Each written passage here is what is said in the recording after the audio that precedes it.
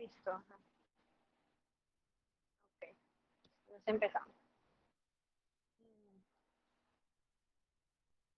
¿Se ve el cursor? Sí, se ve el cursor.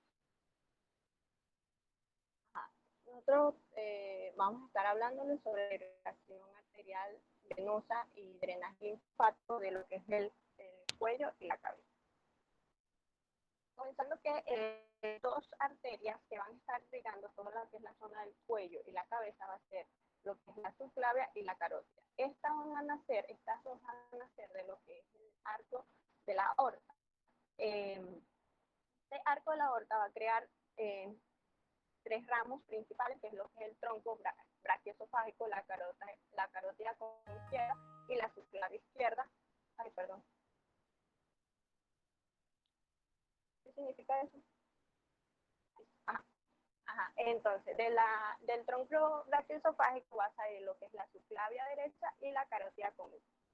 En esta imagen, en esta imagen se ve perfectamente lo que les estoy comentando de que el callado de la aorta va a salir tres estructuras principales que van a dar lo que es el bronquio, el tronco esofágico, que es una rama bastante grande que a su vez va a dar lo que es la carótida común derecha y lo que es la subclavia derecha. Mientras que más hacia la izquierda van a salir lo que es la carótida común izquierda y la subclavia izquierda. Aquí en esta imagen podemos observar podemos observar algo bastante peculiar, que las carótidas no nacen de la misma, las carótidas derecha e izquierda no nacen del mismo lugar. Eh, por ende, la carótida común izquierda va a tener ah, la carótida común izquierda va a tener un segmento intratorácico, mientras que la derecha no lo va a tener. Tenemos que, como ya dije, el tronco brachiosofágico, lo más importante es saber que en, en la altura de la articulación externo-clavicular es donde se va a bifurcar y crear lo que es la arteria carótida derecha y la subclavia. Eso es lo más importante.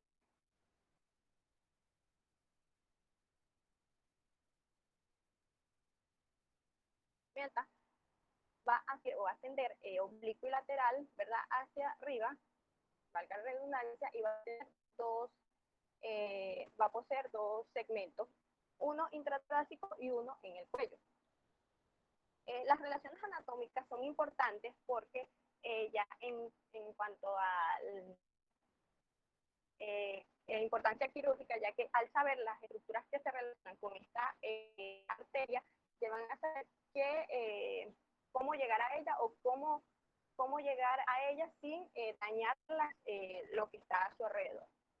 Lo más importante saber aquí es que por lo menos lateralmente tenemos lo que es el nervio vago que va a correr con ella lateralmente, que es lo que estoy señalando aquí, mientras que en una parte muy posterior, como podemos observar aquí, se va a encontrar lo que es el nervio laringo recurrente izquierdo, que es esto, que va a pasar bastante posterior a ella, que es un ramo que va a salir de, por supuesto, del nervio vago. Esto es en cuanto a las relaciones del segmento intratorácico. En lo que es el cuello, lo más importante a relacionarse, o que las estructuras más importantes que se relacionan siempre van a ser los nervios, y también hay que saber que esta arteria, la arteria carótida, va a estar bastante profundo a muchos músculos, por lo menos el esternocleidomastoideo, que por aquí en esta imagen está cortado, pero aquí va a el esternocleidomastoideo. El homoyoideo va a pasar también por los dos lados y también se va a relacionar muy estrechamente con lo que es la vena yugular interna que podemos observar de los dos lados. Ya como estoy hablando de lo que es el cuello, las dos arterias, tanto la carótida común derecha e izquierda, van a ser totalmente iguales, ¿sí? Hay una cosa importante que es la vaina carotidia. ¿Qué es la vaina carotidia? La vaina carotidia es una estructura o una vaina, valga la redundancia, que rodea tres estructuras principales. ¿Cuáles son? Lo que es más medial o internamente va a estar la arteria carótida común, ya sea derecha o izquierda, dependiendo de qué lado. lo que es la vena yugular interna y lo que es el nervio vago bastante posterior a estas dos estructuras, ¿sí? Estas tres estructuras van a correr juntas por todo lo que es el cuello. Por todo el cuello van a correr juntas. Entonces tenemos que van a estar relacionados con músculos y estas estas tres estructuras van a correr hasta la quinta vértebra torácica, no cervical. ¿Por qué hasta la quinta vértebra cervical? Porque en la cuarta ocurre algo bastante importante y es algo que tiene que ocurrir para sacar o para crear lo que son la arteria carótida interna y externa, ¿sí? Que es la bifurcación carotidia. Entonces, en el borde el borde inferior de la vértebra cervical, de la cuarta vértebra cervical, que es esta que podemos observar aquí, y el borde superior del cartílago picoides, a esta más o menos altura, no tiene que ser exactamente ahí, pero eso es más o menos como la idea de este es más o menos el estándar, algo así, de dónde va a ser la bifurcación. Entonces, aquí podemos observar cómo se va a bifurcar para la carótida interna y la carótida externa, ¿sí? Entonces tenemos que la carótida externa es la que yo voy explicando y la carótida externa y las otras arterias van a ser explicadas por la compañera Patricia. Entonces, empecemos con la arteria carótida externa. Tenemos que el trayecto, esta va desde la línea que podemos observar, va a ascender o subir verticalmente, va a ir profundo a lo que es el músculo estiloideo, y va a tener una porción retroestilia y parotidia, ¿sí? ¿Por qué es tan importante saber estas porciones?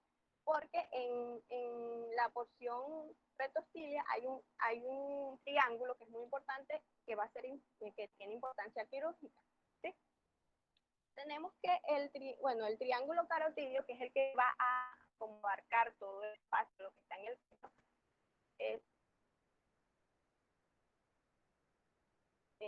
creo que un compañero ya lo mencionó, sobre que tiene importancia porque si se necesita ocluir esta arteria porque alguna de sus ramas colaterales está dañada, tiene algún traumatismo, está dañada y no se puede llegar a ella, se debe ocluir desde esa altura. Entonces, aquí este triángulo es muy importante en cuanto a quirúrgicamente.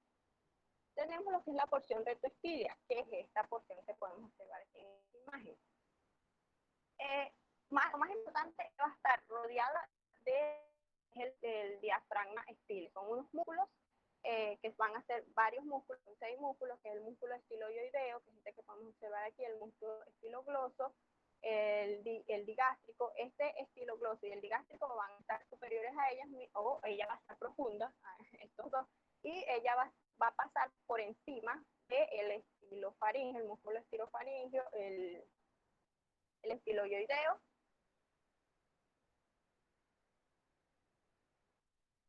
En esta porción es donde vamos a encontrar el triángulo de Faraveo y de Guyon, que es esto que podemos observar aquí. El más importante quirúrgicamente es este que es el de Faraveo. Perdón, es este que es el de Faraveo. ¿Por qué? Porque en este va a pasar exclusivamente la carótida externa, y esto es, como ya les comenté, es un lugar importante. Se necesita ocluir o ligar esta arteria porque unas arterias que están más profundas o unas ramas de esta misma arteria colateral externa estén dañadas y necesitan, no se puede llegar a ella, se puede ocluir este lugar y así se para el sangrado en otras ramas, ¿sí? Por el momento, pues. Ahora pasamos a lo que es la porción parotidia. La porción parotidia va a atravesar, como dice su nombre, va a atravesar, es la que va a atravesar la parotidia, va a ir de abajo hacia arriba desde medial a lateral, ¿sí?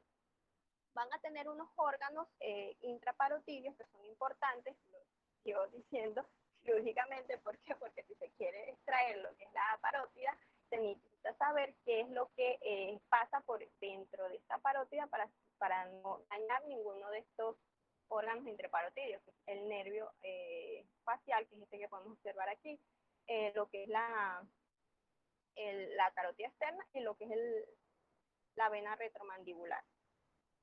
Ahora, ¿cuáles son las ramas colaterales que van a tener esta arteria carótida externa? Va a tener 6 ramas colaterales y 2 ramas terminales. Aunque hay unos libros,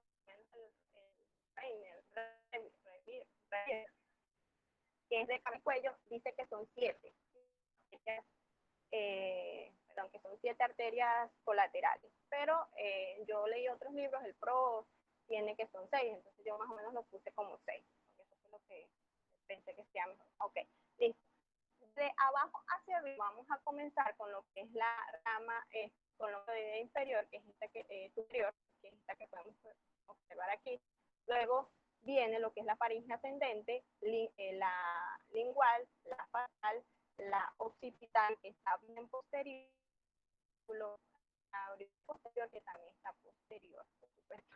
Y las 2 ramas colaterales son terminales, van a ser las maxilares y la temporal superficial. También yo aquí les hice un cuadro que también, si se la quieren memorizar, las ramas colaterales, por lo que son, las cuales son las anteriores, las mediales y las posteriores, también se pueden hacer así. Yo voy a estar explicando desde inferior a superior, o sea, cómo, ordenadamente, cómo van desde inferior a superior. Entonces empezamos con lo que es la arteria tiroidea. La arteria tiroidea van a ser muy cerca de lo que es la bifurcación de la carótida externa, y hay, también dicen, algunos libros dicen que puede esta arteria nacer o salir de lo que es la carótida común, ¿sí? O sea, no puede venir de lo que es la externa, sino que nace de la común, pero eso es muy raro. Va a estar profunda lo que es el músculo esternocleidomastoideo, y por supuesto va a irrigar la porción superior de la tiroides, que la porción inferior va a estar irrigada por otra arteria. Entonces tenemos que lo importante del trayecto es que esta se va a relacionar con lo que es el nervio laringeo superior. Entonces hay que saber que esta arteria va a correr con este nervio, y al ubicarla quirúrgicamente ya se sabe que va a estar muy cerca de este nervio, y si necesitas hacer algo cerca de aquí, se sabe que hay que proteger este nervio. Ahora, esta va a tener 4 ramas laterales y una rama terminal. Tenemos que hay estas ramas colaterales van a estar primero la rama subtiroidea o infraioidea, que es esta que podemos observar aquí, que va a estar irrigando todos los músculos infraioideos, mientras que la arteria esternocleidomastoidea media va a estar irrigando, como su nombre dice, va a salir por aquí, va a irrigar lo que es el músculo esternocleidomastoideo, este que podemos observar aquí. Aquí se puede ver, aquí, cómo viene hacia acá para irrigar. La arteria de la línea superior, que es esta que podemos observar aquí, lo importante es que va a atravesar esta membrana tiroidea, va a atravesarla, ¿verdad? Junto con el nervio laringeo superior y el nervio y la vena laringea superior, y van a atravesarla, y esta va a ir para todos los músculos intrínsecos y la mucosa de la laringe. Por último, de las ramas colaterales sería la laringea inferior o cricotiroidea, ¿sí? Que es este que podemos observar aquí. Una peculiaridad es que esta no nace como una colateral, sino no nace una colateral de la rama principal, sino nace como una colateral de su rama terminal, porque aquí es donde empieza, no sé si pueden verlo, aquí es donde empieza las ramas terminales.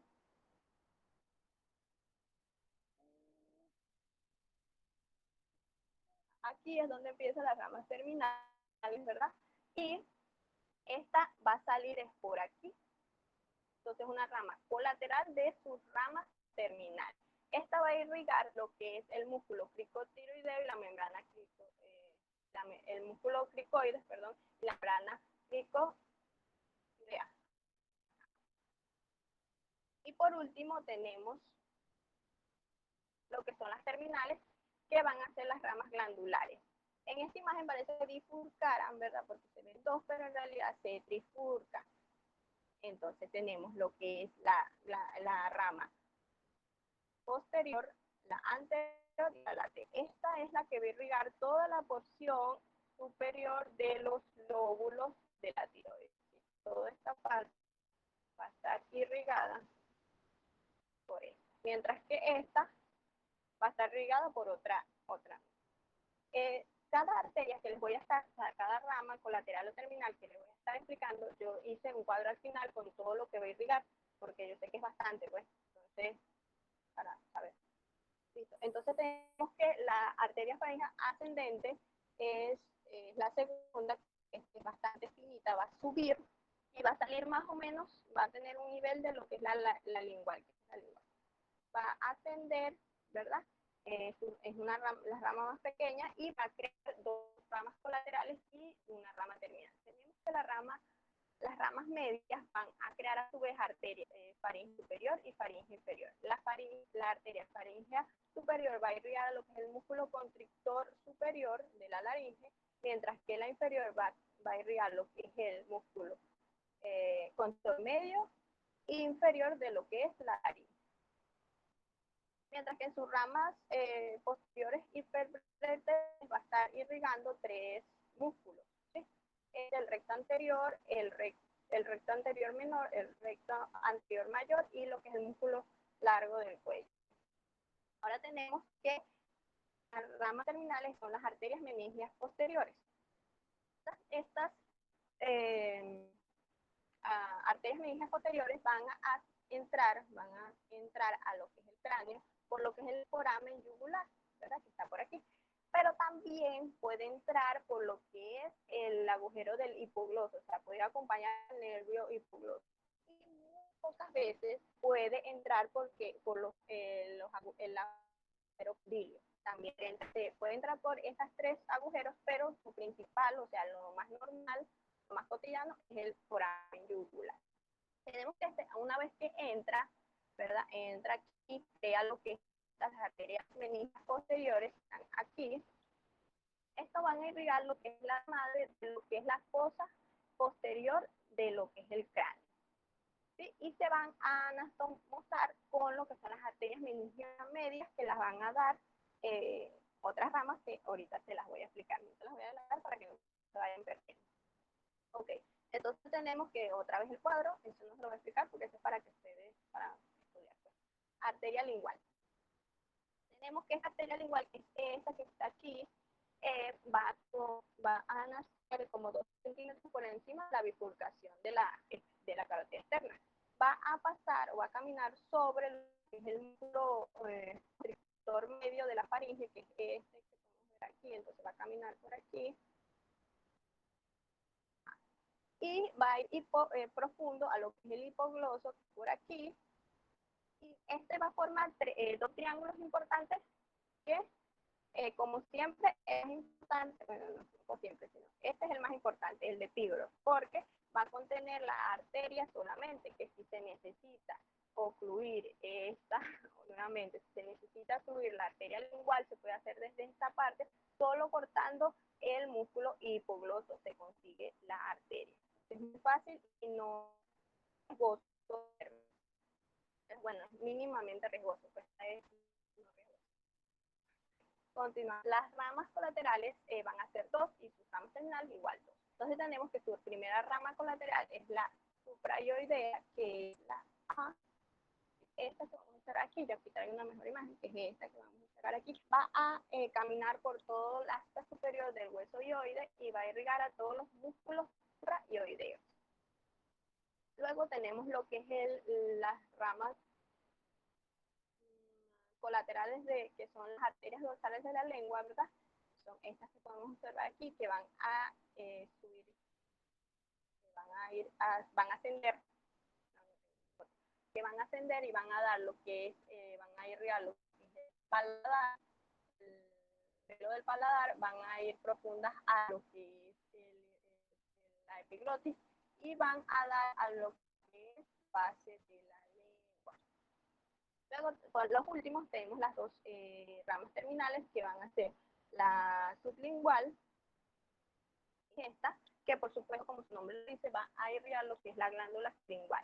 Algo muy importante, esta arteria va a caminar o va a acompañar al conducto sublingual o de Wharton hasta que salga por debajo de la lengua. Ahí, cuando llegue hasta este punto, va a hacer una anastomosis con las arterias sublinguales contralaterales y van a crear lo que es la arteria del frenillo de la lengua, ¿sí? Del frenillo, ¿sí?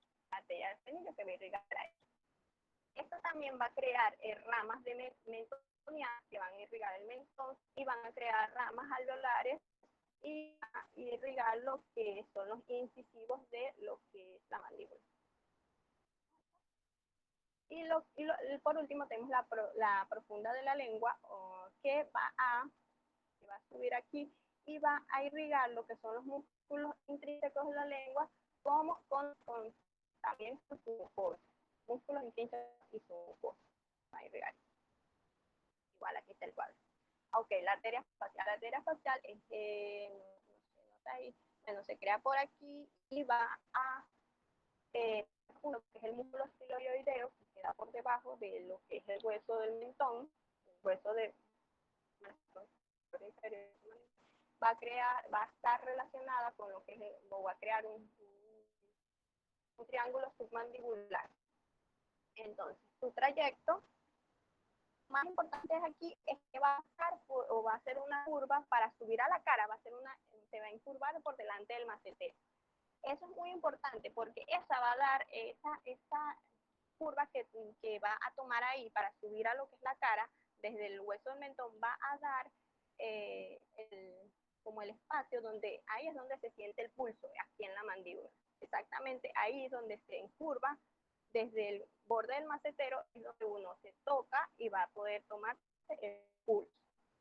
Ok, ya les mencioné el triángulo de la mandíbula, lo más importante es que aquí va a estar lo que es la glándula mandibular. Luego tenemos las ramas colaterales. Como ya va a tener dos partes, una parte va a estar en la zona cervical y otra que ya va a subir a lo que es la cara, sus ramas colaterales van a ser divididas en cervicales y faciales, y la rama terminal. Tenemos que las ramas colaterales cervicales van a estar dadas por lo que es la palatina, que es esta que podemos observar aquí, ascendente o inferior, que va a irrigar lo que es el pteriopalatino, que creo que es el medio, este músculo que está aquí, no recuerdo ahorita el nombre, también va a irrigar a lo que es la lengua, va a llegar hasta la lengua y va.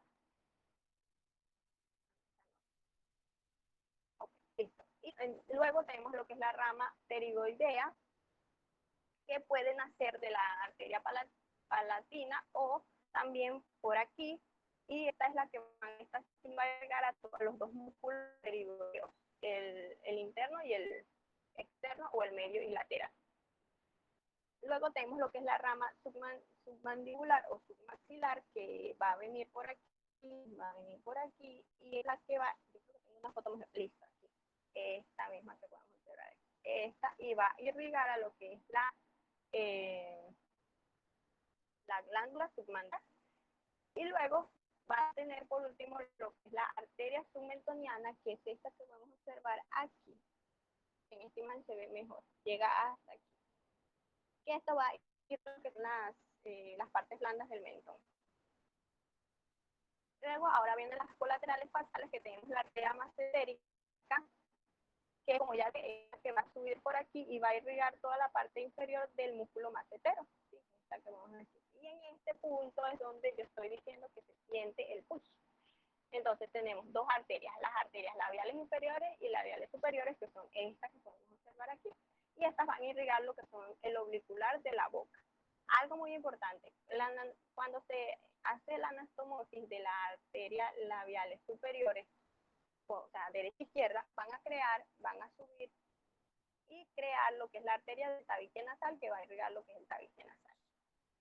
Luego, esta base, si se dan cuenta, esta arteria facial es bastante sinuosa o truncada, es bastante curvilínea. Esta va a ir, es así, ¿por qué? Porque cuando uno mueve la boca, si fuera recta, se lesionara la arteria, porque cuando la boca se lesionara porque no tiene espacio tiene esta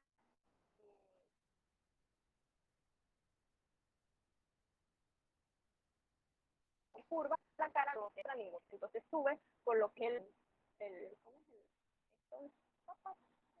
Sube hasta llegar a lo que es la arteria lateral o del ala de la nariz, que es esta que podemos observar aquí, que va a irrigar toda esta zona. Y ya terminamos. Ah, mira, aquí lo tenía, perdón, ahí está.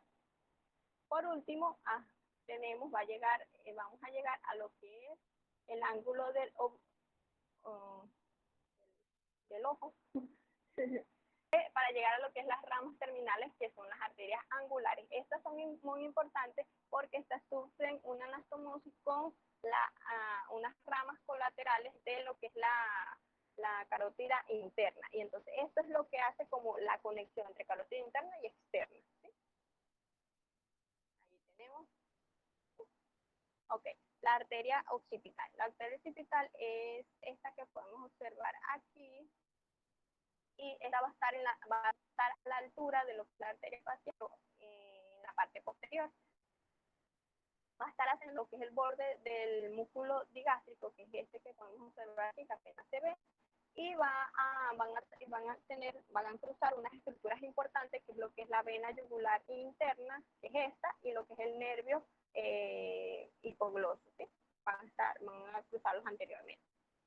También va a pasar por lo que es el borde medial del proceso mastoide, que aquí estos músculos, estos cortes de músculos tapan el proceso mastoide y no dejan verlo. Pero yo creo que en otra imagen más adelante se ve. Ok, entonces, y atraviesa esta arteria, toda esta arteria va a atravesar, como aquí se nota, como atraviesa los músculos de la nuca. Esta arteria va a crear tres ramas colaterales y dos terminales. Las ramas musculares van a ser la arteria esternocleidomastoidea, que es esta que vamos a observar aquí, otra más que va a irrigar lo que es el músculo esternocleidomastoideo, y la rama descendente, que es esta que podemos observar aquí, va a irrigar lo que son los músculos de lo que es la nuca, el esplénico, el esplénico y dos más. Entonces tenemos que luego venimos con lo que es la rama de la arteria estilomastoidea. Esta arteria estilomastoidea es importantísima. ¿Por qué? Porque esta puede nacer aquí en la arteria occipital, o también pueden darla lo que es la arteria auricular posterior. Cualquiera de las dos puede crear la arteria estilomastoidea. Esta arteria estilomastoidea va a ingresar por lo que es el conducto facial y va a caminar con lo que es el nervio facial para irrigar lo que son las cendillas mastoides. Luego tenemos lo que es la rama meningia occipital o la rama meningia mastoidea. ¿Por qué tiene esos dos nombres? Porque depende del agujero por donde entre esta rama. Si él entra por lo que es el agujero mastoide, se va a llamar meningia mastoidea. Si entra por lo que es el foramen yugular, se va a llamar meningia de la arteria occipital. ¿Sí? Entonces, eso es muy importante. Va a irrigar lo que es lo que es la dura madre de lo que es el temporal. Y todo esto que podemos observar. Pero interno, pues todo esto, pero en interno de cráneo. Las ramas terminales van a ser la rama lateral y medial, que son estas que podemos observar aquí. Estas dos ramas van a dar inervación a lo que es el cuero cabelludo, pero lo más importante es que la rama lateral va a una anastomosis con lo que es arteria auricular posterior. Arteria auricular posterior. Entonces tenemos que la arteria auricular posterior va a nacer más arriba de lo que es la occipital, y aquí está la auricular. Y va a ir superior y medial a lo que es el músculo estiloideo, que es el que podemos hacer superior y medial, y va a ascender por lo que es el borde superior del digástrico. Este es el digástrico que está cortado, entonces va a ascender por el borde superior del digástrico. Y va a pasar por anterior al proceso mastoide, que es este podemos observar aquí. Va creando unos surcos. Estos surcos no van a ser muy pronunciados, pero están ahí, pues, surcos auriculotemporales. Van a crear muchos. A su vez, esta arteria auricular posterior va a crear dos ramas colaterales y 2 ramas terminales. Las ramas colaterales es la rama parotidia que va a nacer por aquí y va a irrigar a la glándula parotidia que va a estar como por aquí. Y la otra es la arteria estilomastoidea que, como ya les dije, puede ser de la occipital o de la auricular posterior. Si nace en la occipital, por supuesto que no la va a tener la auricular posterior, pero no va a tener dos, sino que va a ser, pero pueden nacer entre las dos, entre estas dos. Tenemos lo que es las ramas terminales que va a crear una arteria auricular y una mastoidea. Entonces, la auricular va a subir por aquí y por aquí y va a irrigar todo lo que es la oreja, todo lo que es la oreja, todo lo que es el cartílago de la oreja, todo lo que es la oreja, el trago, todo eso, todo eso lo va a irrigar lo que es la auricular.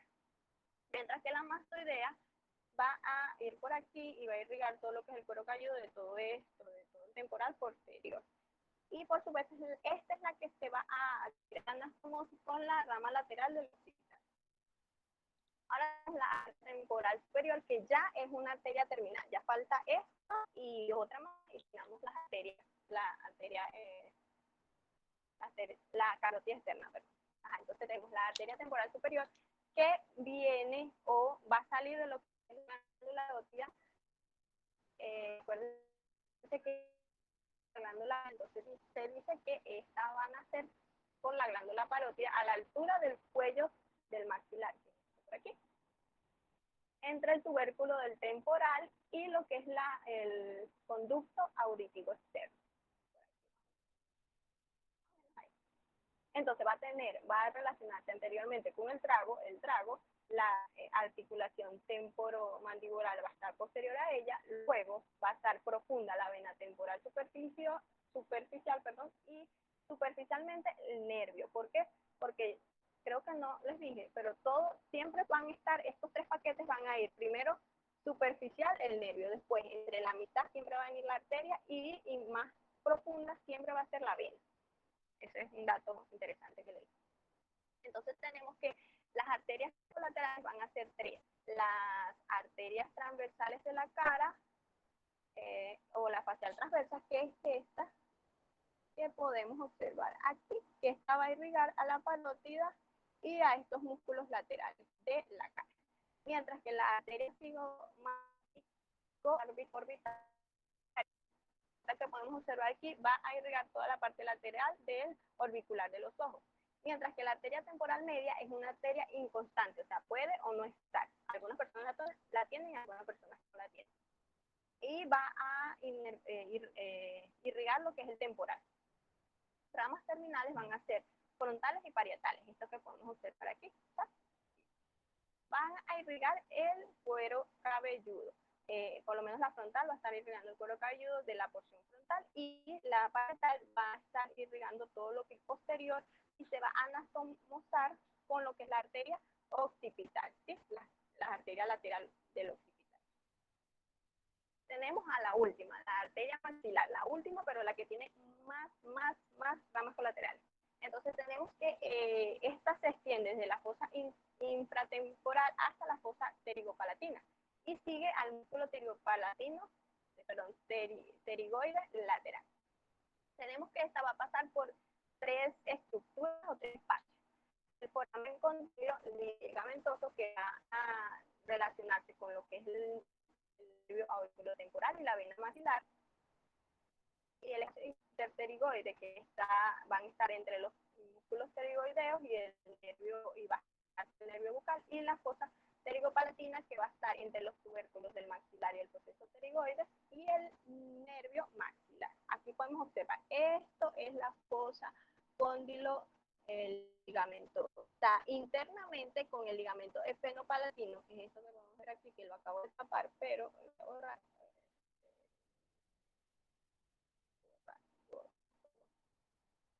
que es esto que podemos ver aquí, y lo que es el cóndilo de la mandíbula, que es esto que podemos observar aquí. Entre estas dos estructuras va a pasar lo que es la arteria maxilar.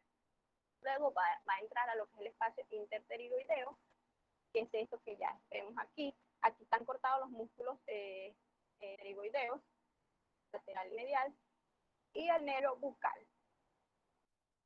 Luego sigue medial, ¿no? Lateral. Así sigue caminando hacia lo que es la palatina, entre lo que es el tubérculo del maxilar y el proceso pterigoide. Aquí también va a estar acompañada con lo que es el nervio maxilar. Aquí está, más largo. Ramas colatales. Uno lo puede estudiar o uno lo puede explicar de dos maneras. Por las ramas que están por los lugares, por lo menos las áreas maxilar, pterigoide y palatina, las ramas que salen de esos lugares, o las ascendentes, descendente, anterior y posterior, y por supuesto su rama terminal, que es la estenopalatina. Yo lo voy a explicar voy a estar diciendo cuáles son las ascendentes, descendentes, anteriores y posteriores. ¿Sí? Comenzamos con las ascendentes. Tenemos que las ascendentes son 6. Tenemos la timpánica anterior, que es esta que podemos observar aquí, que va a irrigar a lo que es el tímpano, y lo que es la auricular profunda, que esto va a irrigar la mucosa del techo del tímpano, los huesecillos, o es la timpánica. Bueno, estas dos van a irrigar lo que es el huesecillo del oído, el tímpano, la mucosa, todo eso, todo lo que tiene que ver con el oído, estas dos, aquí están las temporales, profunda anterior y profunda posterior, que van a irrigar, por supuesto, que el músculo temporal. Seguimos las temporal. Y por último, pero los más largos, son las arterias meningeas medias, media.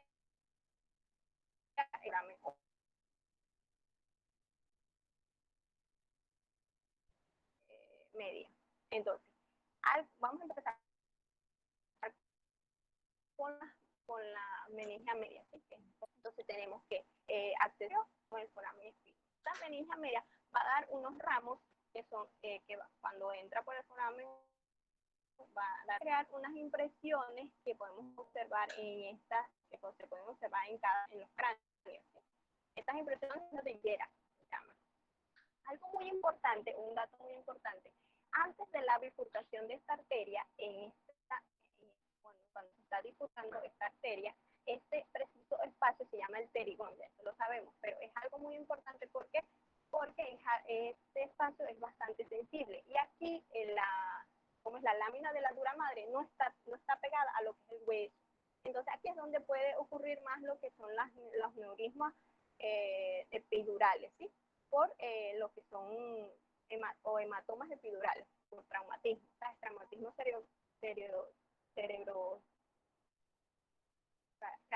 craneales, sí, cerebrocraneales.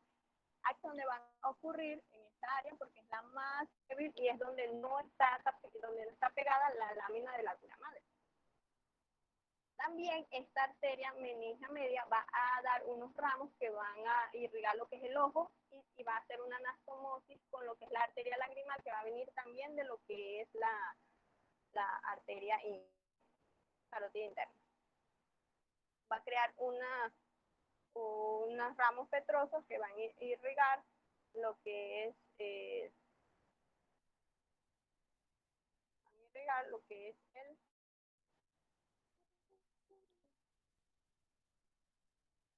la base del estribo.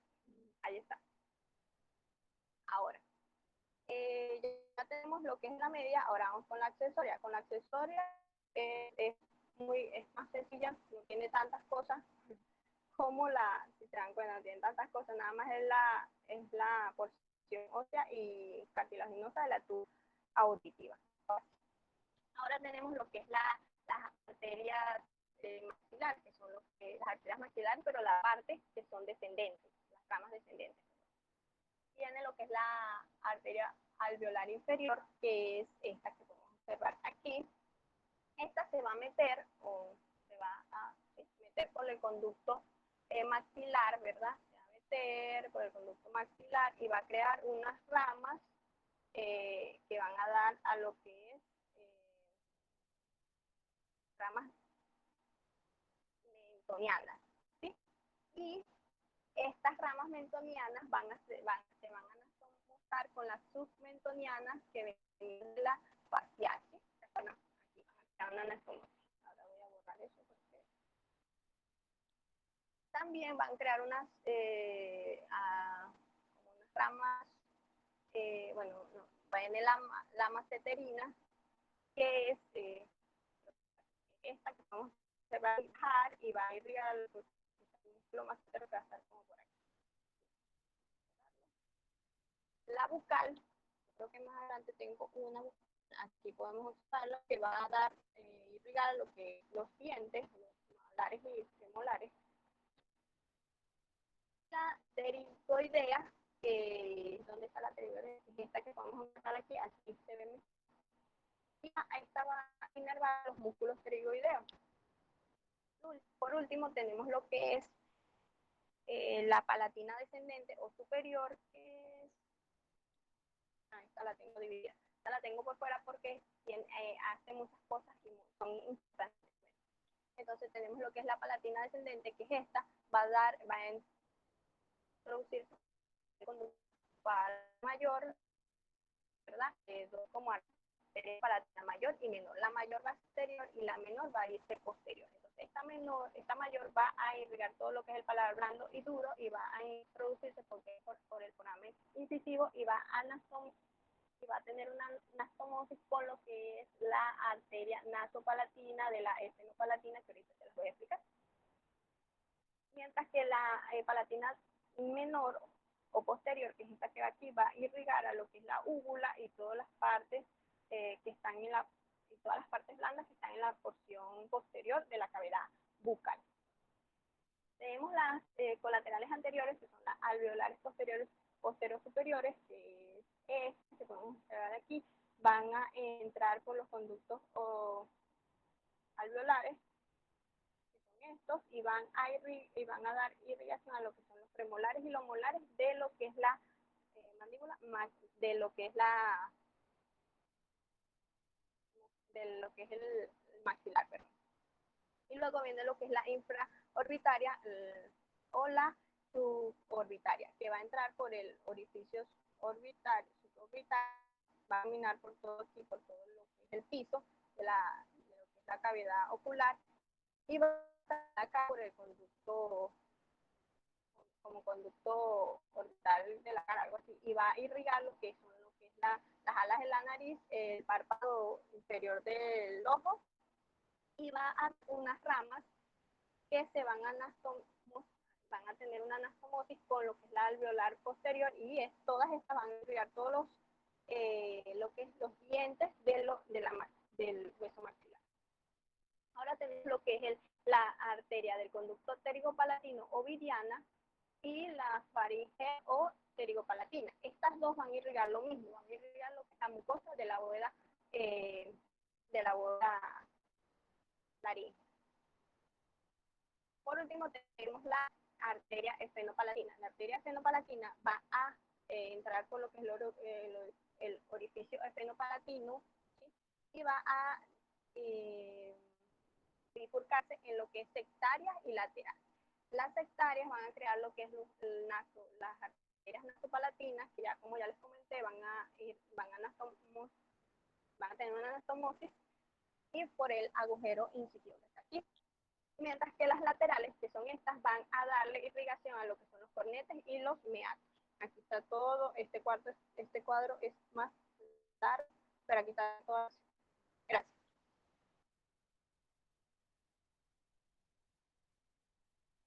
Buenas tardes, ya que comparto pantalla.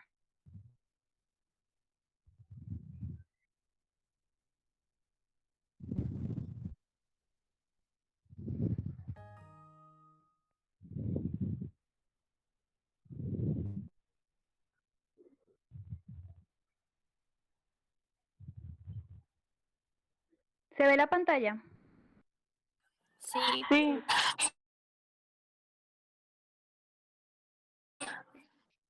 Ok. Buenas tardes, mi nombre es Patricia Espinosa. Yo les voy a hablar sobre el recorrido de la arteria superior y la arteria.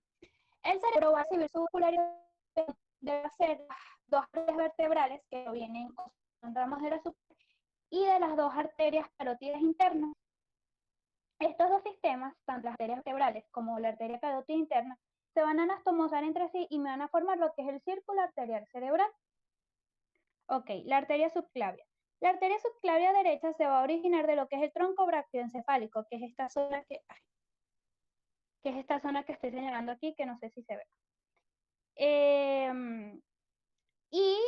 Por detrás de lo que es la arteria esternoclavicular. Y la arteria subclavia izquierda se va a originar de lo que es el arco aórtico. Estas se van a encontrar en íntima relación con lo que es el músculo escaleno anterior, que me lo va a dividir en 3 porciones y su función es irrigar el encéfalo. También va a tener relación con lo que es la vena yugular, la vena subclavia, el músculo esternocleidomastoideo, el nervio vago y el nervio frénico. Por ahora voy a explicar lo que es la primera porción de la subclavia, que es la que me interesa, que va a irrigar el cerebro. Esta se va a dividir en 3 ramas, lo que es la arteria mamaria interna, que no tiene ningún tipo de relevancia en el tema, lo que es el tronco tiro bicervicoescapular o tiro cervical, que voy a explicar más adelante, y lo que es la arteria vertebral, que es la que realmente va a irrigar el cerebro. Ok, la arteria vertebral. La arteria vertebral se va a originar de lo que es la subclavia. Ella va a pasar por detrás de lo que es el escaleno anterior y va a ir ascendiendo hasta llegar a lo que es el foramen transverso de C6. Eso no se ve acá en la imagen, pero bueno, ella va a llegar al foramen transverso de C6 y va a ir ascendiendo por el foramen transverso C5, C4, C3, C2, C1, hasta llegar a lo que es el atlas, lo va a bordear y va a perforar el foramen magno para entrar en lo que es el neurocráneo. Esta arteria va a tener 4 porciones, lo que es la porción cervical, la porción vertebral, la porción antantroidea o suboccipital y lo que es la porción intracraneal. A nivel de encéfalo nos importa lo que es la porción craneal. Las ramas meningias. Esas no se observan acá en esta imagen, pero esas ramas se van a encargar de irrigar lo que es el hueso, la dura madre de la fosa craneal posterior y lo que es la hoz del cerebro. Ok, vamos con la primera, que es la arteria cerebelosa posterior-inferior, que es esta que estoy señalando aquí.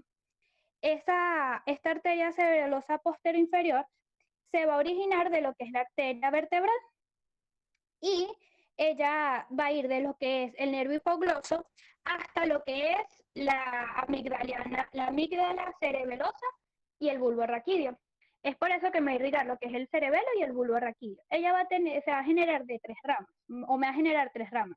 Lo que es una arteria espinal posterior, que se va a anastomosar con la arteria espinal anterior, una rama cerebelosa, amigdalina, que es la que realmente me va a irrigar lo que es la amigdalina del cerebelo, y una rama coroidea que me va a irrigar lo que es el cuarto ventrículo. Ahora tenemos lo que es la arteria espinal anterior, que no se observa acá en la imagen, y ella simplemente lo que va a hacer es anastomosarse con la arteria espinal posterior y me va a generar unas ramas medulares que me van a irrigar lo que es la médula oblonga y el pedúnculo cerebeloso inferior. Ahora vamos con la arteria basilar, que es toda esta hablando aquí. Esta arteria se va a formar por lo que es la unión de la arteria vertebral derecha y la arteria vertebral izquierda. Y ella me va a generar 2 ramas terminales, que son las arterias cerebrales posterior, derecha e izquierda, y me van a irrigar lo que es el surco basilar. ¿Ok? Ahora vamos con lo que es la arteria cerebelosa anteroinferior. La arteria cerebelosa anteroinferior se va a originar de lo que es la arteria basilar, como podemos observar acá, que es esta de aquí, y ella me va a irrigar lo que es el cerebelo y levemente el puente, y me va a emitir lo que es la arteria laberíntica, las arterias pontinas. Las arterias pontinas son estas que estoy señalando aquí, y ellas me van a irrigar lo que es el puente en su cara anterior y lateral. Ella me va a generar 2 tipos de ramas. Las arterias pontinas paramedianas, que me van a irrigar lo que es el puente, las arterias pontinas laterales, que me van a irrigar núcleos. Arteria cerebelosa superior, que es esta que estoy señalando acá. Esta arteria cerebelosa superior se va a originar cerca de lo que es la terminación de la arteria basilar y me va a irrigar lo que es el cerebelo, o sea, me va a terminar de irrigar lo que es el cerebelo, lo que es el pedúnculo cerebeloso superior y lo que es el vermisuperior. Arterias mesencéfalicas. Las arterias mesencéfalicas no se observan acá en la imagen, pero ellas me van a irrigar lo que es el mesencéfalo y va a generar lo que son las arterias cerebrales posteriores. Eso depende del texto de anatomía que uno utilice, porque hay textos que dicen que se origina de la arteria basilar, que es la última rama terminal de esta arteria, y hay otros textos que indican que se origina de la mesencéfalica. Arteria cerebral posterior es esta que está acá, y como su nombre lo indica, ella me va a irrigar lo que es el cerebro, y se va a ubicar en lo que es la cara medial del lóbulo occipital. Ella se va a dividir en 4 porciones, lo que es el segmento P1, el segmento P2, el segmento P3 o arteria occipital lateral, el segmento P4 o arteria occipital media. Ok. Y bueno, en esta imagen que tenemos acá podemos observar las arterias que expliqué, pero ahora en el cerebro como tal. Ok. La arteria carótida interna. La arteria carótida interna se va a dividir en 4 porciones, que es la porción cervical, que es esta que estoy señalando acá abajo, la porción petrosa, la porción cavernosa y la porción cerebral. Pero actualmente se aceptan 7 porciones, que sería la porción cervical, la porción petrosa, la porción lancerum, que sería esta que estoy señalando aquí, la porción cavernosa, la porción clinoidea oftálmica y por último la comunicante, que estas 3 últimas que nombré se englobarían en porción cerebral. Ok, la arteria interna para realizar su recorrido debe pasar por el cuello, más no me va a emitir ramas que lo irriguen.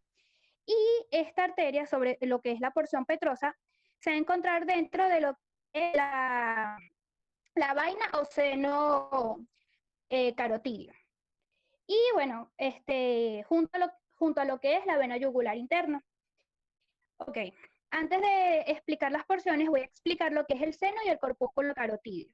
El seno carotidio, que es este que estoy señalando aquí, es una dilatación que se encuentra dentro de la arteria carotidia interna que va a contener varorreceptores. Los varorreceptores son receptores de presiones. Entonces, básicamente, su función es regular la presión o subir del cerebro en la sangre. Y tenemos lo que es el cuerpo o seno carotidio, que es este que estoy, el cuerpo corpúsculo carotidio, que es este que estoy señalando aquí, que va a estar en toda la bifurcación de la arteria carótida común.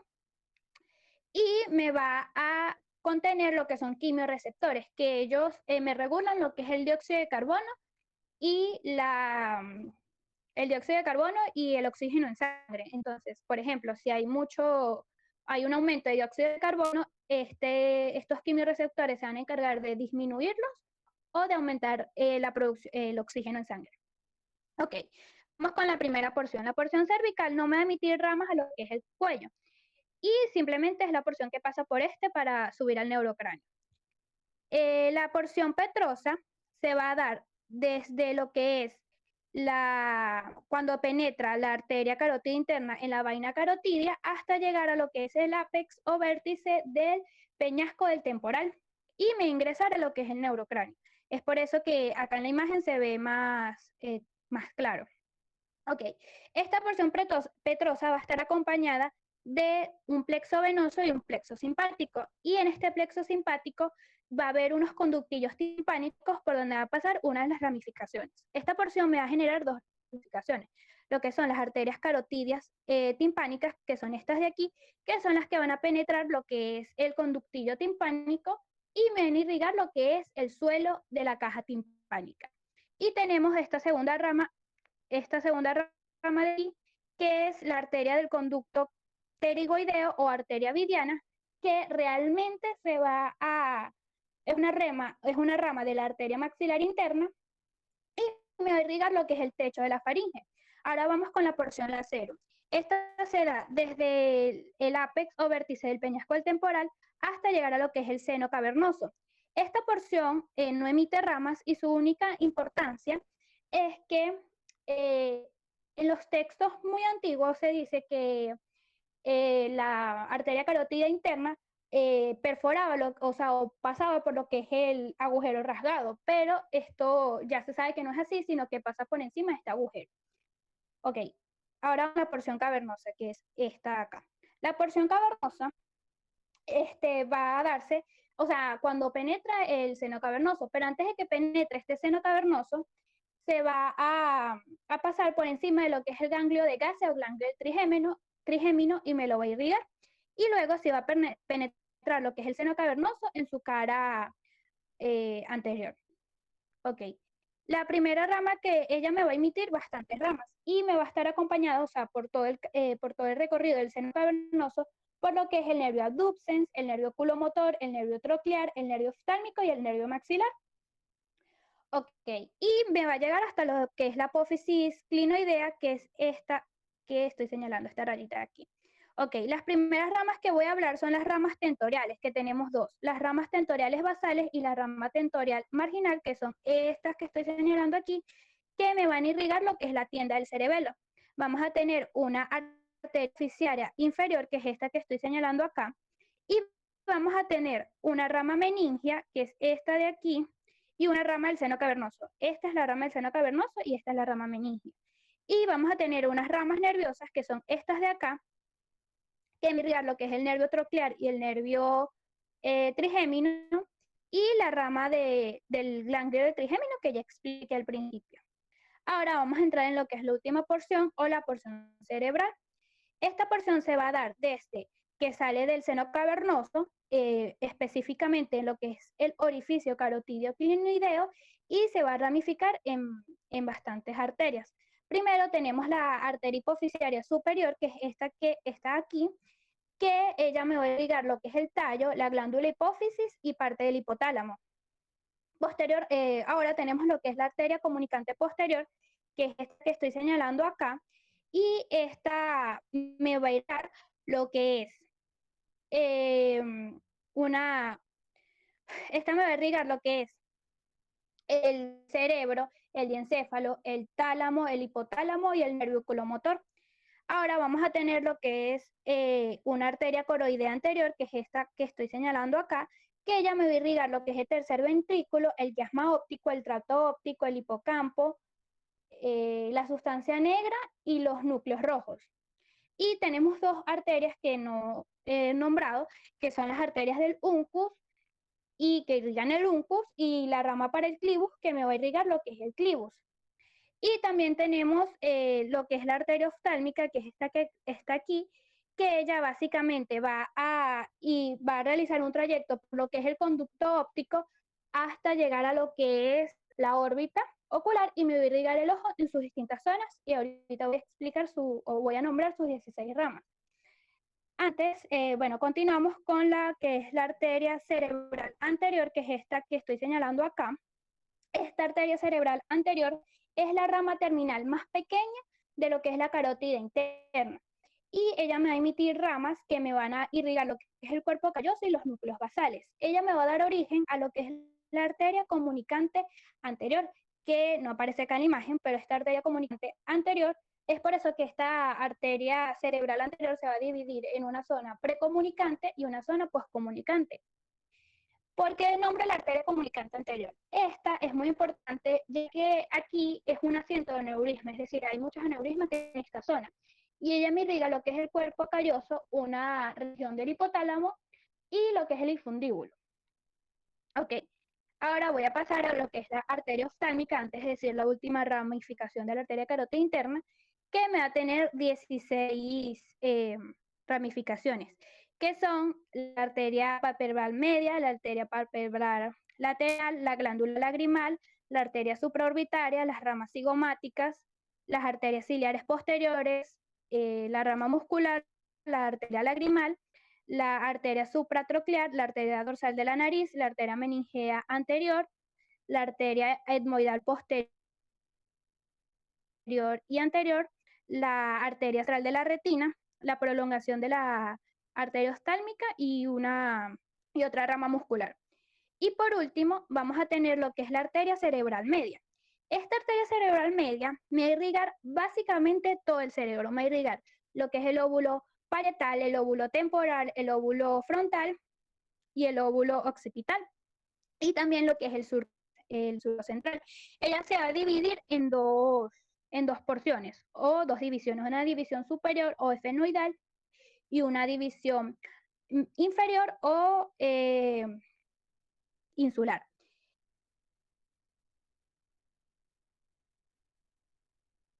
Esta arteria está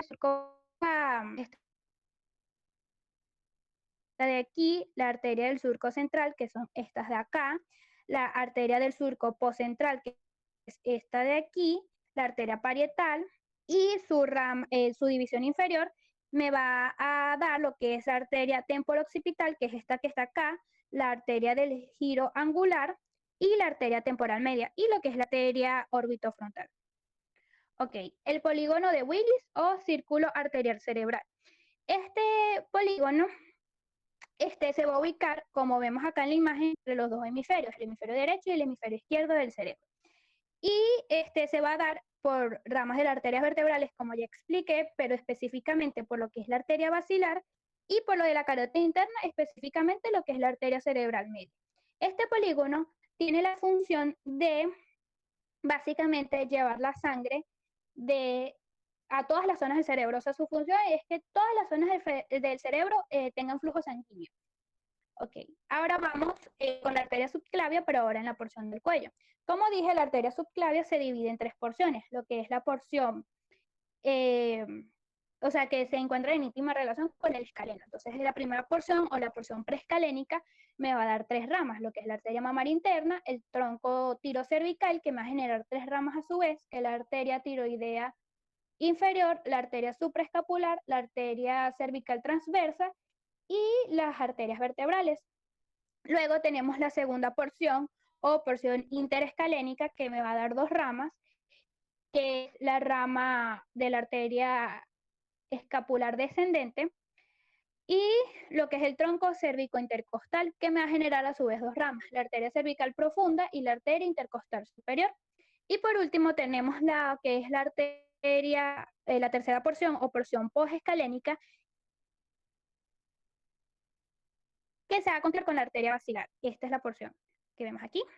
Y bueno, ¿qué nos va a interesar a nivel de cuello? A nivel de cuello nos va a interesar la arteria vertebral. Como ya expliqué al principio, la arteria vertebral tiene dos ramificaciones, cuatro porciones. Y su porción cervical y su porción vertebral me van a irrigar el cuello. Cuando van ascendiendo por todas, por toda la, por todos los foramen transversos de C6, C4, C5, C4, C3, C2 y C1. Ok, también me interesa lo que es la arteria tiroidea inferior, que ya me va a emitir cuatro ramas y también me va a irrigar el cuello, que es esta que vemos acá. También tenemos lo que es la arteria transversal del cuello, que es esta de aquí, que ella me va a dar una rama que es la arteria cervical superficial, que se va a anastomosar con lo que es la rama descendente superficial del occipital y me van a irrigar el cuello en esta zona que vemos acá. Luego tenemos por último lo que es el tiro cérvico intercostal, que como dije, ella me da lo que es la arteria cervical profunda y esta se va a anastomosar con lo que es la rama descendente profunda del occipital y también me irriga en el cuello. Bueno, ya por último, para mencionarles que acá tengo un cuadro, hice un cuadro que tiene el origen, las ramas y la irrigación, y además la arteria que estoy hablando, para que haga más fácil al momento del estudio. Gracias.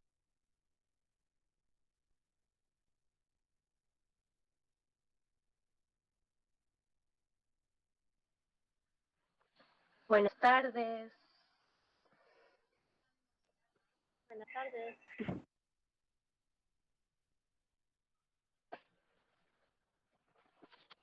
Deme un segundito. Bien, mi nombre es Luisa González y les hablaré sobre el drenaje venoso de cabeza y cuello.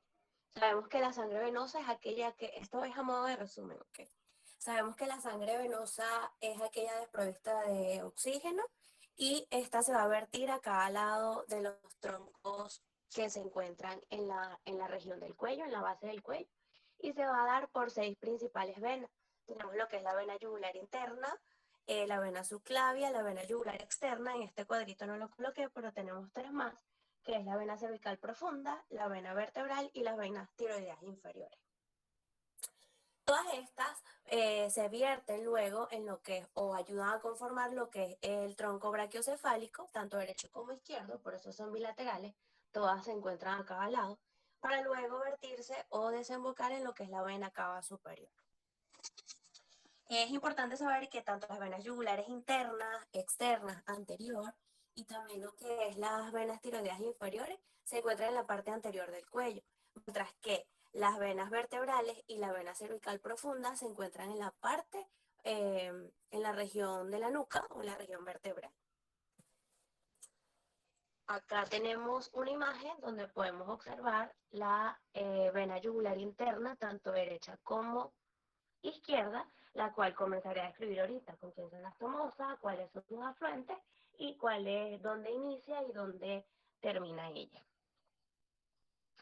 Antes de hablar de la vena yugular interna, debemos conocer que la cavidad craneal tiene un drenaje venoso, tanto anterior como posterior, y es aquí donde vamos a conocer los senos venosos de la cavidad craneal.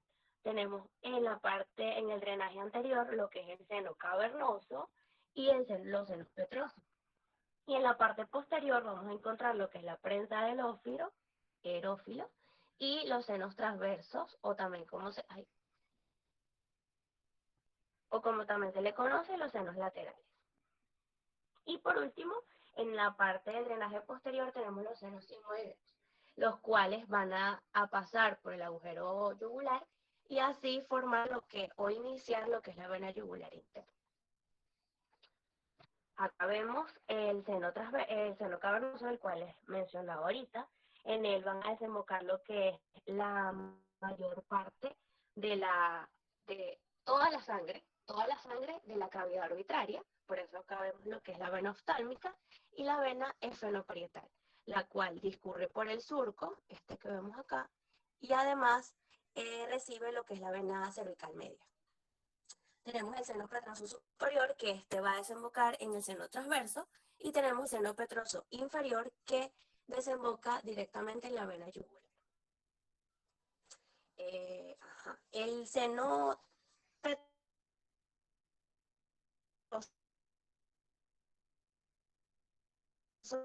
superior del drenaje pues, se va a comunicar con lo que es el seno transverso. Recordemos que el seno transverso es parte posterior de la cavidad craneal, que lo vamos a ver acá. Antes de hablar del drenaje venoso posterior de la cavidad craneal, tenemos acá lo que es el seno sagital superior, el cual se encuentra en la parte, en él va a discurrir lo que es tanto sangre como líquido, y este va a terminar en lo que es la prensa aerófilo, mientras que el seno sagital inferior se encuentra en la parte libre y se va a unir con lo que es la vena de Galeno, como lo podemos ver acá. Igual discurre en lo que es la prensa aerófilo. Tenemos el seno occipital, en lo que es también termina, o sea, toda la sangre venosa va a terminar la prensa aerófilo. Y tenemos que la prensa aerófilo, o también conocida como confluencia de los senos, la sangre que discurre acá se va a los senos transversos para luego ir a lo que es unirse al seno petroso superior, formando así el seno sigmoide. Y ahí se va hacia abajo y hacia atrás para formar o atravesar, principalmente atraviesa el agujero yugular y así formar lo que es la vena yugular interna. Perdón,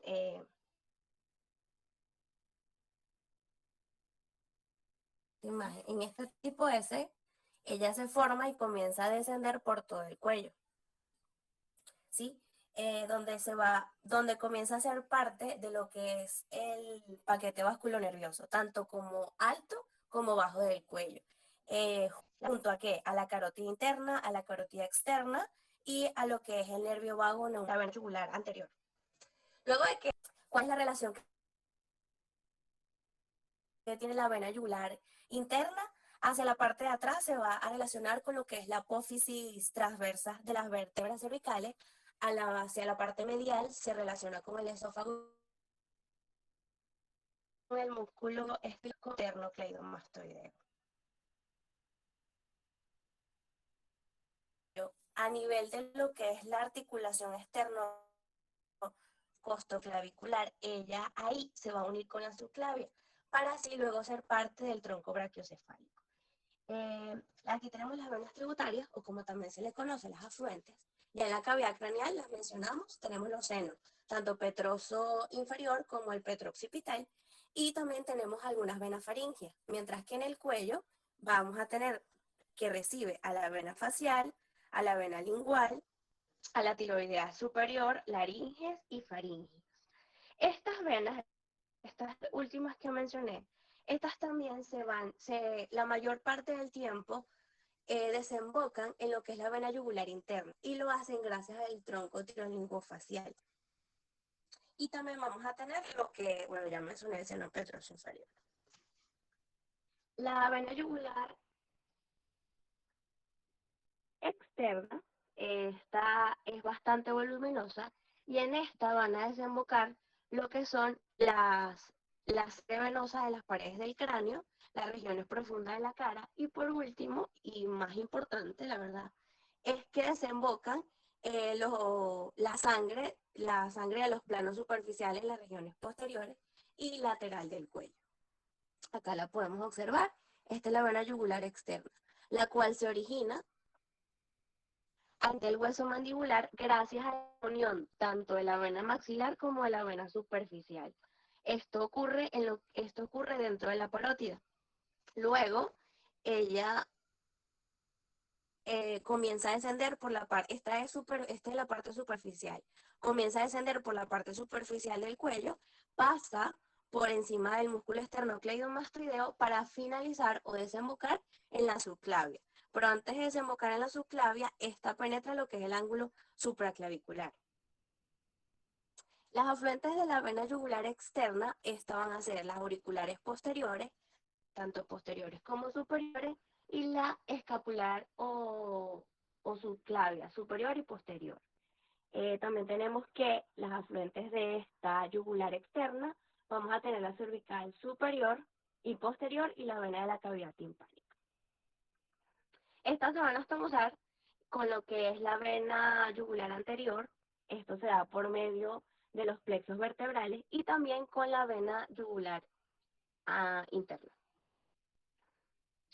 Acá podemos observar, esta que voy a comenzar a escribir acá, es la vena yugular anterior. Esta drena gran parte de la sangre de las regiones anteriores del cuello. Esta es la que podemos observar acá. Hay una acá al lado. Esta van a ser en la región suprayoidea. Esta se da por la unión de pequeñas venas submentonianas. Y y también podemos observar que ellos hacen un arco venoso, gracias a que se anastomosan ambas venas yugulares anteriores. Acá tenemos la vena, se me olvidó decir acá, que ellas tienen afluentes, son bastante numerosas porque tenemos lo que es el venoso yugular, pero además tiene venas procedentes de lo que es la cara anterior del cuello, es decir, ramas tanto musculares como cutáneas, de la pared del tórax también. Acá tenemos la vena cervical, nace en el plexo suboccipital, el agujero occipital. Esta acá se ubica su inicio en la unión entre el occipital y el atlas y desciende por los canales vertebrales. A la altura de la C2 vemos que hay una anastomosa y que une o conecta ambas venas cervicales profundas. Y durante su recorrido a mediados de la C7 y la primera costilla, vemos que se inclina hacia adelante y termina en lo que es el confluente. Es bastante importante en esta lo que es el confluente yugulo-subclavio. Sí, es este que está acá. Aquí. Esta se va a anastomosar con la yugular interna y con la yugular externa. Y esta es la cervical. Esta va a recibir numerosas afluentes provenientes de lo que son los músculos de la nuca y también en todo su trayecto se van a anastomosar con la vena vertebral. acá podemos ver lo que son las venas vertebrales. Estas se van a formar a partir de la unión de varias vénulas. Acá la podemos ver. Estas provienen de lo que es el plexo venoso suboccipital, el cual se encuentra ubicado entre lo que es el atlas y el occipital, y desemboca luego lo que es en la cara posterior del confluente venoso, el que les decía ahorita, bulo subclavio, o también conocido como tronco venoso brachiocefálico. Las afluentes a venas vertebrales tenemos que recibir venas ¿de dónde? De los plexos vertebrales internos, externos y de la cervical ascendente. Tenemos las venas tiroideas, las cuales estas van a nacer gracias a las numerosas, gracias a las numerosas variables, y acá la podemos notar, las venas tiroideas inferiores. Se encuentran por debajo de la glándula tiroidea y descienden anteriormente a lo que es la tráquea. Estas se van a anastomosar entre sí, como lo podemos ver allí, y se reúnen para luego ir a lo que es el tronco brachiocefálico izquierdo. Por último tenemos la vena subclavia, es una de las más importantes porque casi todas desembocan en esta. Estas igual son bilaterales, una a cada lado, y esta se encuentra por delante del músculo subclavio. Delante del músculo subclavio tenemos lo que es la clavícula, por eso son fáciles de ubicar. Por detrás tenemos lo que es la arteria subclavia y el vientre anterior del músculo escaleno y el nervio frénico. Esta nace gracias a la unión de dos venas, la vena axilar y lo que es la vena cefálica, las cuales estas dos van a tributar en la vena subclavia. Es importante dos cosas en lo que es la vena subclavia. En la parte terminal vamos a tener lo que es un ángulo, el cual se le conoce como ángulo yugulo-subclavio o también conocido como ángulo Pirogov, y también vamos a tener una válvula. Esta válvula lo que hace o lo que impide es que se revuelva el reflujo sanguíneo, ya que luego de la subclavia se une lo que es el tronco brachiocefálico para así tener el drenaje en la vena cava superior. Gracias.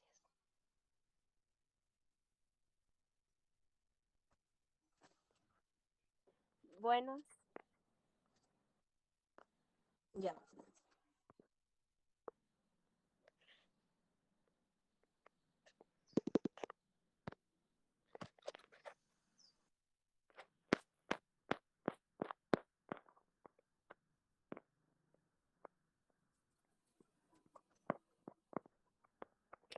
¿se puede ver mi diapositiva?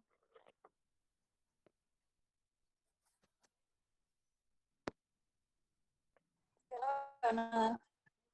No, te dejo. No veo nada.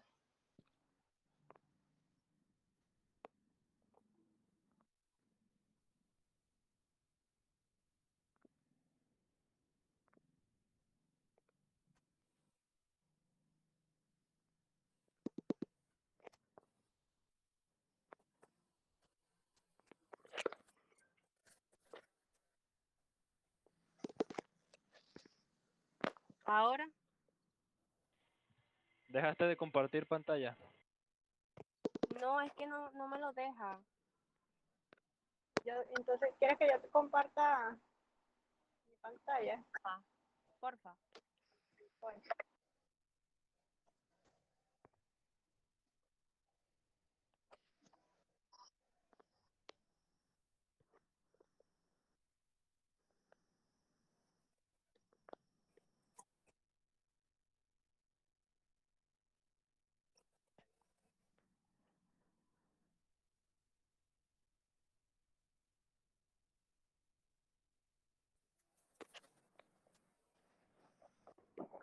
Ajá. Sí, ahí. ¿No?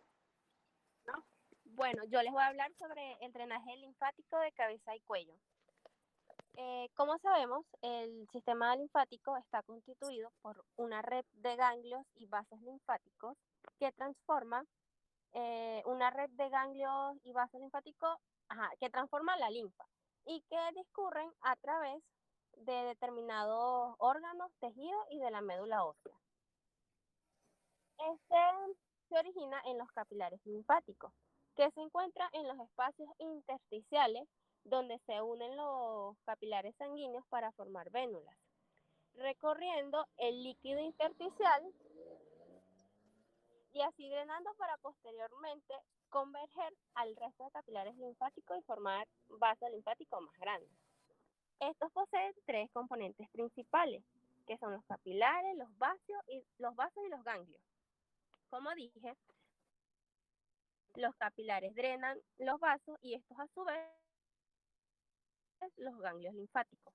Y así la linfa drena la unión yugular interna y subclavia. Los linfónodos de la cabeza y el cuello están dispuestos en varios grupos regionales. Tenemos lo que es el occipital, que si se fija bien en la imagen, el occipital queda en la parte amarilla, o sea, en el dibujito.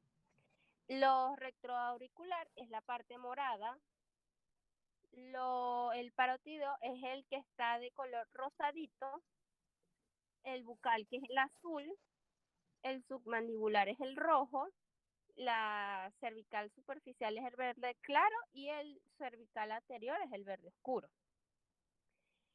El 30% de todos los ganglios linfáticos del cuerpo se ubican en la región de la cabeza y del cuello en 5 grupos y además los divide en una red superficial y otra profunda.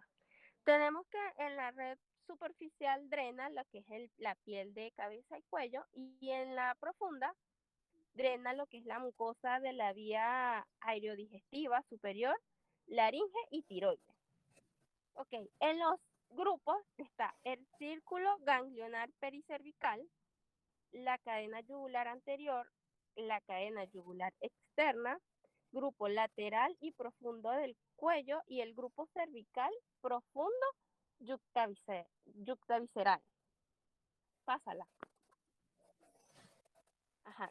Pero primero tenemos el grupo ganglional pericervical, que esta forma de collar y se ubica en la unión de la cabeza con el cuello.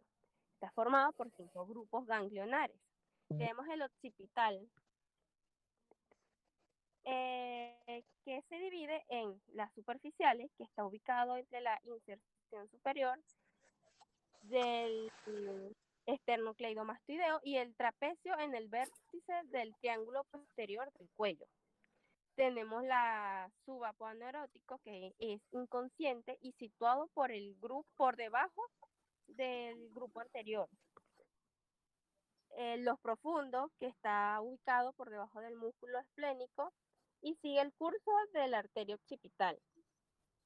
Los aferentes y eferentes, en el aferente tenemos que es la zona occipital del cuero cabelludo, las capas superficiales y profundas de la cara. En el eferente es hacia los ganglios altos de la cadena espinal. En el mastoideo, que es el recto auricular, es del 1 al 4 y se ubican sobre bordes anterior del esternocleidomastoideo, sobre la apófisis mastoidea. Su aferente es el tegumento de la región y una pequeña parte del pabellón auricular. El eferente es de los ganglios parotideos o la cadena yugular interna. El parótido se divide en superficiales y profundas, son además de un grupo preauricular y supraparotideo. Sus aferentes es la zona frontal de la bóveda craneana y el párpado superior y mitad del inferior. Y el eferente es la cadena yugular interna y algunos ganglios submaxilares. En el submaxilar y los faciales tenemos lo que es la subaponeurótico, que los faciales o genianos se encuentran en la cara siguiendo el trayecto de los vasos faciales y de los linfáticos tributarios de los submaxilares. El aferente es que es la piel de la pirámide nasal, sus labios, parte, mejillas y mentón, y porción móvil de la lengua. El aferente es la cadena yugular interna. Pásala. Bueno, lo que sigue es la cadena o grupo del yugular anterior, que está acompañada, que acompaña a la yugular,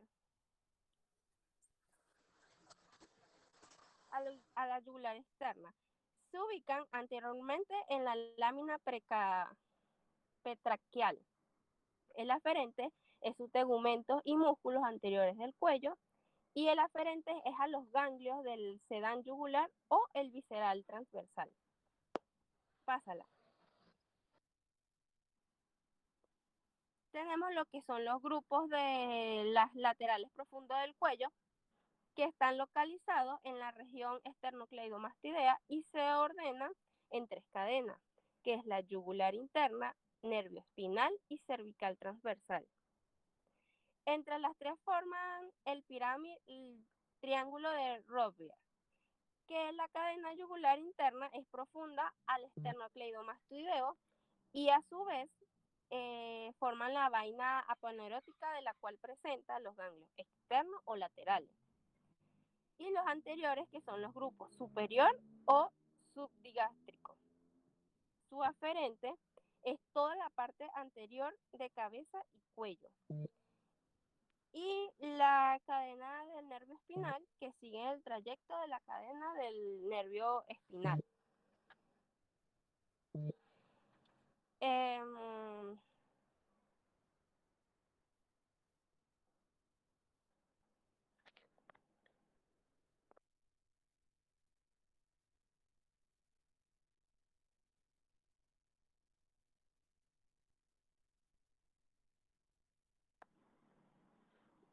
Ajá. Y por último tenemos lo que es el grupo cervical profundo yuxtavisceral, que es el retrofaringeo, y por sus aferentes tienen lo que es las fosas nasales y senos paranasales, el velo del paladar, y el aferente es la cadena yugular interna de los ganglios más altos. Pon la última lámina, por favor. Bueno, acá en esta se pueden ver todo lo que son los ganglios de los parotideos, el recto auricular, los occipitales, las cadenas de la nervio espinal o el accesorio y la cadena, o sea, las últimas que dije, que son la de la yugular interna, externa. Y listo, gracias.